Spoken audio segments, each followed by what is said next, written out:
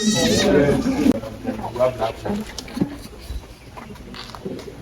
are trying to get rid of the Saheli. So they are almost of the same. Researchers don't like those ones. We have been told that the main purpose of the center is research. Do control breeding. So we don't mix the rams and the ewes. It is only when we want to do a breeding program we select which ram we want to run with the ewes. Then we do some routine practices. Somebody was asking what is the water for? It is a dip for the foot. This one is basically for the foot. So we close all the gates and open this. Definitely that's where we start. Station. But if you are the type that is going to outsource, the profitability will not be the same as somebody who is producing. Because the one producing must rear, they will have to feed, fatten before he or she sells. But yours is just outsource. You look at whether you want to outsource and sell or you want to produce yourself. Currently, like we have been saying, even with supply of goods here, our supply is not able to meet the demand. So we have somebody who outsources the staff. That as his part-time business. He outsources. You see the other things we do.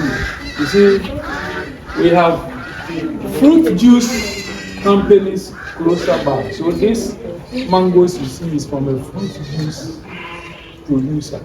They peel and then we go for the peels.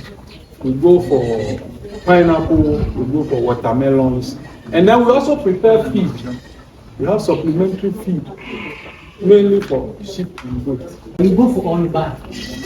No, this one we go for. They want to dispose of the thing, and you have become a point of disposal. What will they say? If you don't go for it, they will have to pay and dump. As a research center that deals with livestock, I was thinking of something, but now that you're talking about sourcing feed, I don't know how this business will be feasible, because currently we have this brachyria grass that they produce and give to livestock. I was thinking as a center, maybe if I can go into production and be supplying, but here lies the case, you are sourcing freely. When we get to where your bus is parked, you see, we are producing. We also produce, but once you have this one, instead of the person just dumping it somewhere. So how do you? Yes, we do. We bypass that place. We also do silage and hay, which we rely on the dry season, and then we still rely on the fruit waste, and then the feed. Once it's been peeled, and it is the internal thing that they are going to turn into juice that you will drink. If it's contaminated, it means me buying the fruit peels. Unless in the process of storing, that's why we don't store. If we store for long, we sell based on weight. We have yes.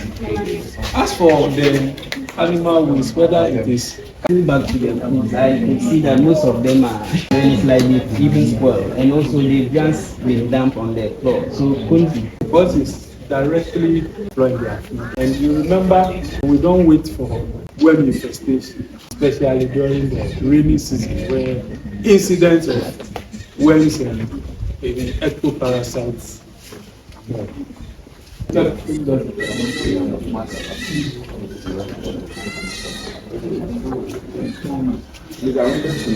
Looks like they practice a semi-intensive way of very nice. And just with the sheep and goat. Yeah, but I want to know, if the person wants to enter this intensive, do you have an idea about the ratio? The ratio, the food.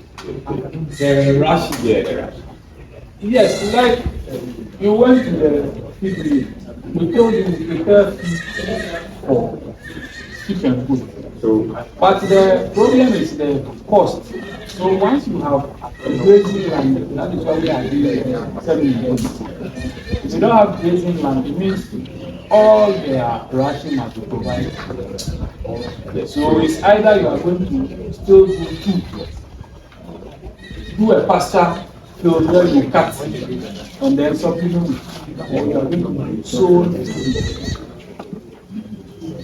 Okay, so in that case, so can I get the balance right? Yeah, what we do is balance for the chicken.